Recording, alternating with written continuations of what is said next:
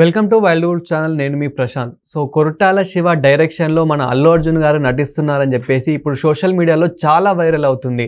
అయితే దీని గురించి ప్రస్తుతం మనతో పాటు మాట్లాడేందుకు సినీ క్రిటిక్ దాసరి విజ్ఞాన్ గారు ఉన్నారు. నమస్తే అండి.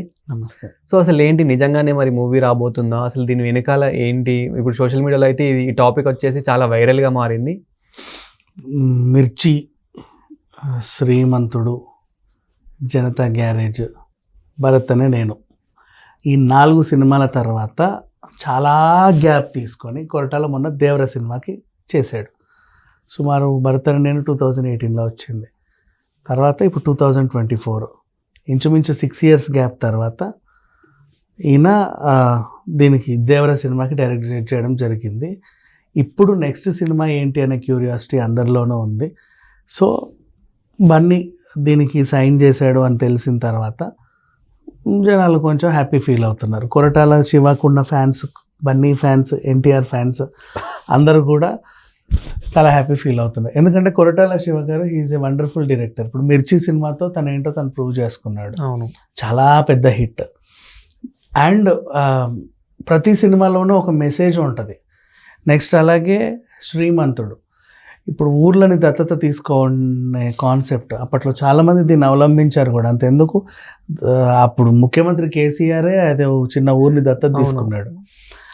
నెక్స్ట్ ఆ తర్వాత అలాగే జనతా గ్యారేజ్, ఇక్కడ అన్ని రిపేర్లు చేయబడను.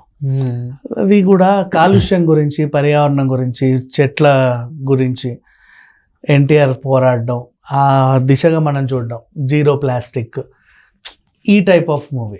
అది కూడా సమాజానికి అవసరమైంది. నెక్స్ట్ ఆ తర్వాత భరత్ అనే నేను 4 అంశాలు చాలా సింపుల్గా చెప్పేశాడు. ట్రాఫిక్ గురించి ఒక సమస్య, ఊర్లలో చదువుల గురించి. అసలు అంటే ఎప్పుడు కూడా సమాజానికి ఏదో ఒకటి ఇవ్వాలనే అనుకుంటాడు కొరటాల శివ. భరత్ అనే నేను తర్వాత ఇంకా చాలా గ్యాప్ వచ్చేసింది. నవ్వు దేవర. ఓకే, అంతే. అండ్ దేవర్లో కూడా ఒక మెసేజ్ ఉంది. ఏంటి, ఎలా పడితే అలా బతకండి, సక్రమంగా బతకండి. అక్రమంగా బతికితే మీరే కాదు, మిమ్మల్ని నమ్ముకున్న మీ ఆవిడ, మీ పిల్లలు కూడా నష్టపోతారు, మిమ్మల్ని కోల్పోతారు. కాబట్టి సక్రమంగా బతికితే, అదేదో చేపలు పట్టుకొని బతకండి, బతకడానికి బోల్డ్ మార్గాలు ఉంటాయి, ఇలాంటివి చేసుకొనే బతకాల్సిన అవసరం లేదని ఒక మంచి మెసేజ్ కూడా ఇచ్చాడు. అవును. అండ్ నౌ ఇప్పుడు అల్లు అర్జున్ గారు. ఇకపోతే అల్లు అర్జున్ గ్రాఫ్ తీసుకున్నా సరే ప్రతి సినిమాలోనూ తను కూడా ఏదో ఒక మెసేజ్ ఇస్తూనే ఉంటాడు. తనకు కూడా ఇష్టమే మెసేజ్ ఓరియంటెడ్ మూవీస్ చేయడం. ఈవెన్ ఒక చిన్న పాత్ర గోన గంగారెడ్డి కూడా అఫ్ కోర్స్ తను చాలా ఇష్టంగా చేసిన పాత్రే అది కూడా. సో ఇలా ఎన్ని చేసిన, వేదంలో కూడా తను చేసిన పాత్రేనా అంతే. మంచి సినిమాలు చేసి, మీరు అన్ని గ్రాఫ్ చూసుకుంటే అన్ని కమర్షియల్ సినిమాలనే అనుకుంటావు, కానీ ప్రతి సినిమాలోనూ ఒక మెసేజ్ ఉంటుంది. సో ఆ రకంగా చూసుకుంటే ఇద్దరు కాంబినేషన్ బాగుంది. సో ఇప్పుడు ఆఫ్టర్ లాంగ్ గ్యాప్ తర్వాత పుష్ప అనే ఫ్రాంచైజీతో బన్నీ ఎక్కడికో వెళ్ళిపోయాడు. RRR తర్వాత ఎన్టీఆర్ ఎక్కడికో వెళ్ళిపోయాడు. ఒక పాన్ ఇండియా లెవెల్లో హిట్ కొట్టిన స్టార్తో నెక్స్ట్ సినిమా డీల్ చేయడం అంటే చాలా కష్టంతో కూడిన పని. అయినా దాన్ని పైగా డ్యూయల్ రోల్ నిలబెట్టాడు కొరటాల.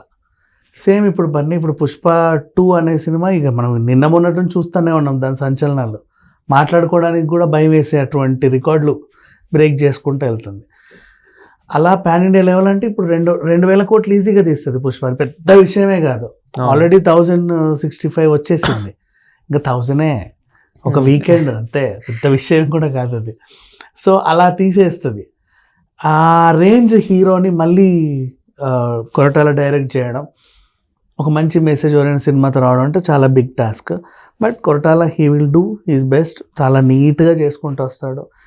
ఎక్కడ కూడా ఆయనకి చెప్పాల్సిన అవసరం లేదు. ఎందుకంటే నిన్న యువసుధ ఆర్ట్స్ వాళ్ళు రిలీజ్ చేశారు పోస్టర్ కాదు, ఒక చిన్న పోస్ట్. నెక్స్ట్ అల్లు అర్జున్ గారు కొరటాల శివ గారితో సినిమా ఉంది. అండ్ అలాగే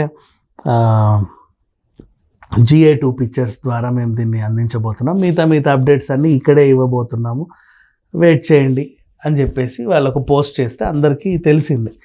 ఓకే, అంటే యువసుధ GA2 కాంబినేషన్లో సేమ్. మళ్ళీ ఎన్టీఆర్ దేవర కూడా ఎన్టీఆర్ ఆర్ట్స్ అండ్ యువ సుధా కాంబినేషన్. అవును. ఇది కూడా అంటే హీరోకి సంబంధించి సొంత బ్యానర్, పైగా ఈ డైరెక్టర్ సంబంధించి బ్యానర్.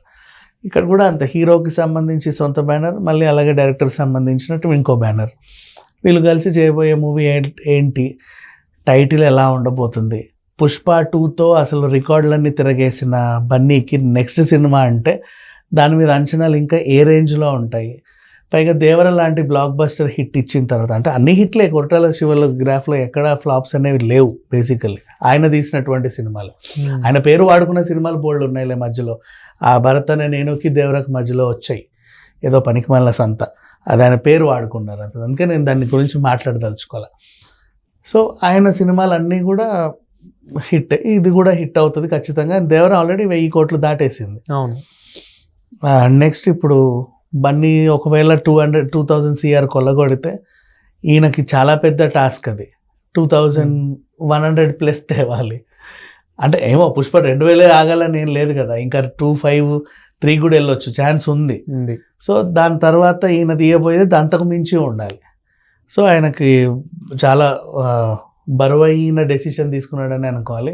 ఆ బరువును కూడా చాలా సునాయాసంగా మోస్తాడు ఆయన సినిమా పూర్తయ్యేంత వరకు. ఎందుకంటే దాంట్లో విషయం ఉంటుంది. విషయం ఉన్నప్పుడు ఏ డైరెక్టర్ కూడా ఎప్పుడు ఎవరికి భయపడరు, ఎవరికి లొంగడు.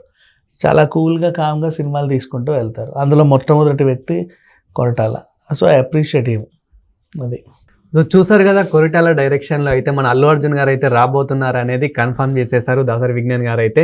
సో మీరు కూడా వీళ్ళిద్దరి కాంబినేషన్లో ఎంతమంది రావాలని కోరుకుంటున్నారో కామెంట్ చేయండి. అలాగే పుష్ప 2 కోసం కూడా ఎంతమంది వెయిట్ చేస్తున్నారో కామెంట్ చేయండి. ఇలాంటి మరిన్ని వీడియోస్ కోసం చూస్తున్నాను.